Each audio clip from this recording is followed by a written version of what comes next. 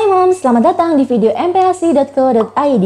Nah, kali ini kita bikin resep tim ayam santan yuk. Untuk bahannya cukup mudah, yakni ada 50 gram ayam giling, 80 ml santan, tomat secukupnya, daun bawang secukupnya, dan untuk bumbu aromatiknya ada serai, jahe, daun salam, lengkuas, dan bawang putih iris. Langkah pertama, campurkan semua bahan tadi menjadi satu lalu aduk hingga rata. Kemudian tuang ke wadah tahan panas, atau bagi moms yang tidak punya wadah tahan panas boleh ganti dengan daun pisang ya. Selanjutnya kukus selama 20 menit. Setelah matang, sajikan dengan nasi selagi hangat.